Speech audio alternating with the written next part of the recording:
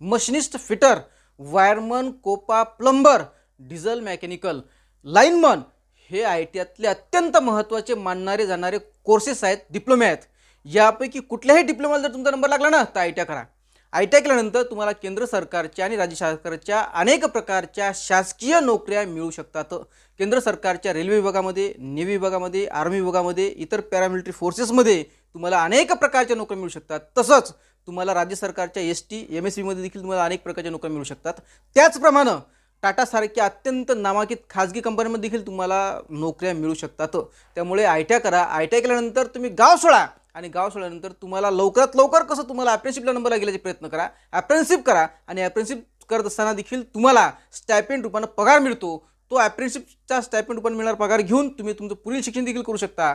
त्यामुळे ITI करा, apprenticeship करा आणि परत जी कोणती नोकरी मिळेल त्या नोकरीसाठी प्रयत्न करत राहा. तुमचं जीवन सुखी